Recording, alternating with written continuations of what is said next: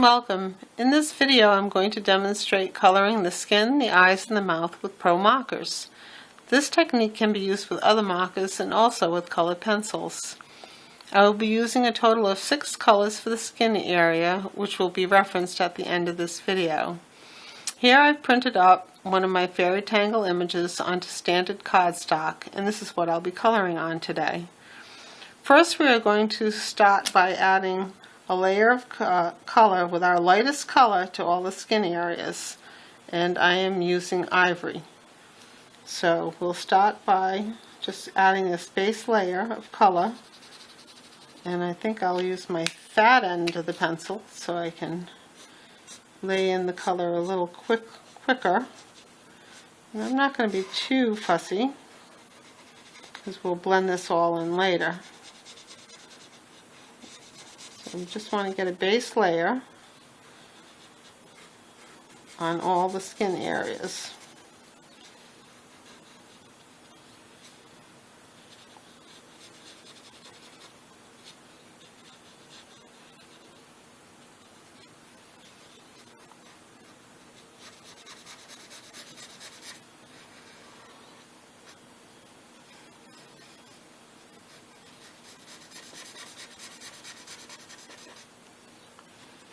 This will give us a nice base of color to add shading to.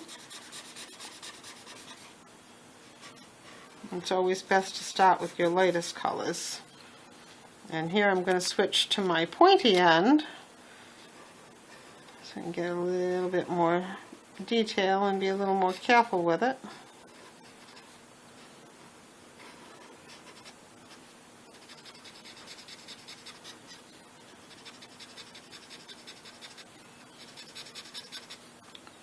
I guess down here I can switch back to my fat end and just add that color in quickly.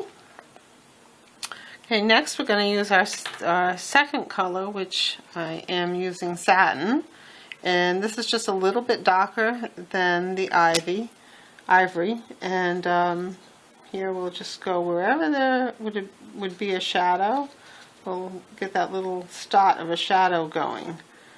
Maybe along under her nose, under the lip, the ear, maybe around her hairline, just to give a little bit of depth around the bottom of the eyes.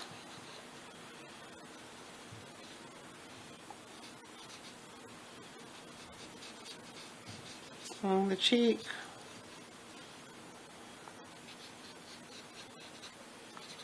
And of course under the chin. And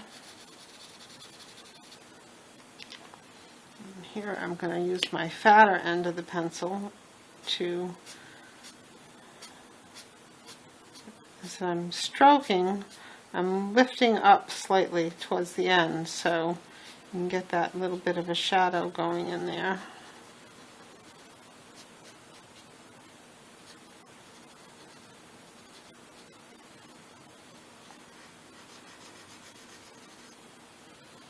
And again, I'm not being too fussy because we're going to go back in later and blend these colors. Just getting the basics of the shadows in place.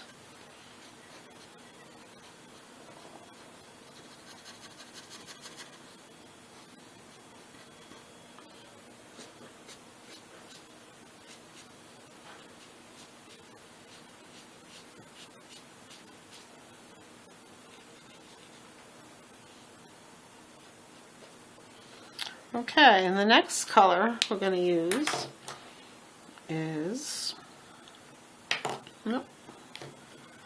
almond. And almond is, again, is a little darker than the color that we just used. So I'm going to reinforce my shadows with almond. Plus the eye. And again, I don't have to be too fussy because we're going to blend these in at the end.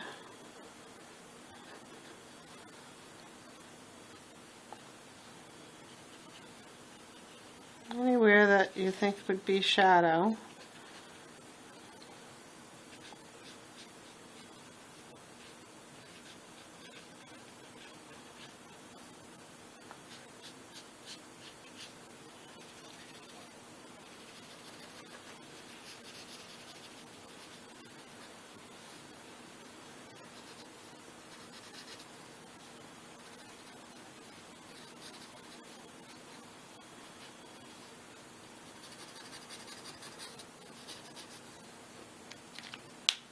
I would always cap your markers when you're using the other end, so it'll help prevent them from drying out and they'll last longer.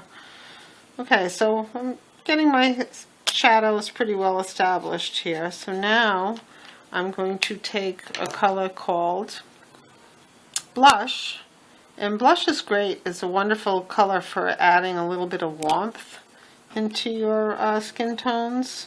So I'm going to add some of this blush to her cheek, and I'm going to do it with these kind of light strokes, pulling away from the paper as I stroke down. And I think I'll add a little on her other cheek, but I'll use my pointy end. And just adds that nice little warmth in there. I'll put a little around her eyes because it is it's a little bit darker color. Maybe teeny bit up here. And a little down on her chest. And under her neck.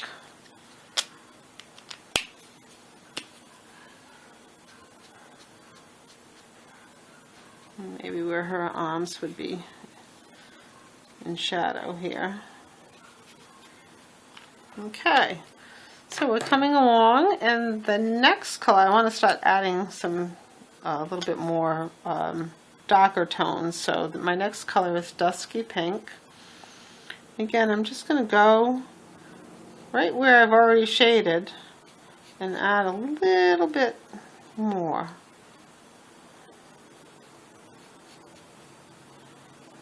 Of course, it would be darker under the chin and the neck.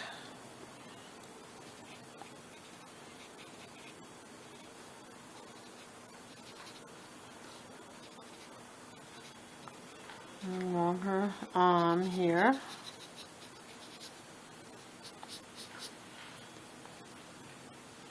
And her eyes.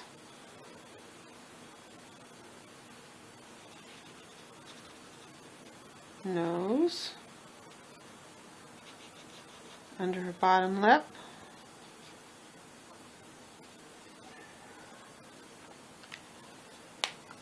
and then the next color I'm going to use is my darkest color. It's called Sun-Kissed Pink.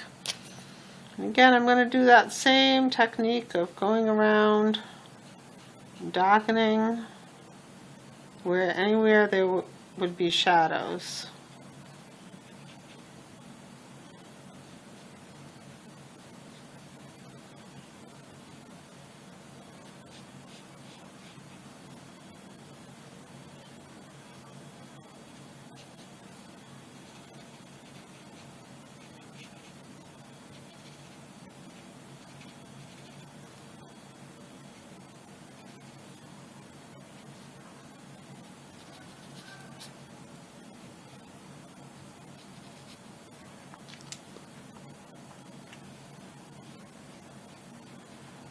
Okay, coming along, and now I'm going to go back to my ivory, and I am going to do what's called blending.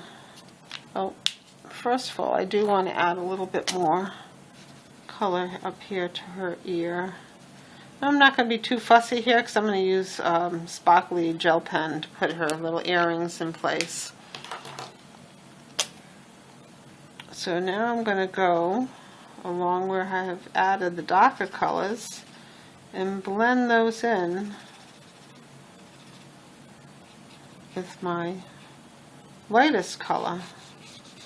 And as you can see, it acts like a blender, a colorless blender, and just blends those colors right in. It gives a little smoothness to the skin. And you can keep doing this with, you know, as many colors as you want. The cardstock holds up pretty well to all these different layers. And that's, you know, just a standard cardstock I bought. It was fairly inexpensive and it takes the color nicely. Okay, so I think we're about there. And now I'll go on to the lips. For the lips, I'm going to use two colors. I'm going to use baby pink, and I'll cover her whole lip with the baby pink. I am going to leave a little white highlight. And it looks like her lip will be a little shiny. And if you don't get the highlight in there, you can go back in later with white gel pen and add it. And then for the top of the lip, I'm going to use antique pink. And that I'm just going to like run right along the bottom of her top lip.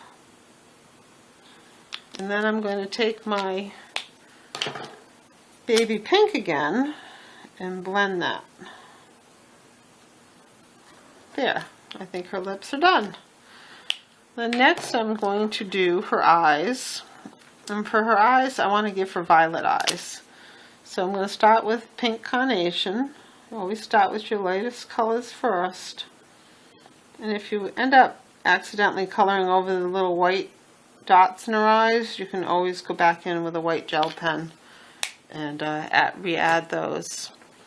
So then I'm going to use Orchid to add a little depth to that color of pink. Make her eyes seem more violet or purple. And then for the final color, I'm going to use Amethyst, which is the darkest color. And that'll add even more depth to her eyes. Yeah, I'm going to have to put my little white dot back in there. And then to make the eyes set in the sockets, I'm just going to add a little teeny bit of silvery gray to set those eyes back into the sockets. And here's my white gel pen. I'm going to add little highlights back in, and there you have it. Very simple, easy skin tones. Thank you, and I hope you watch my next one where we'll do her hair and the flowers. Bye for now.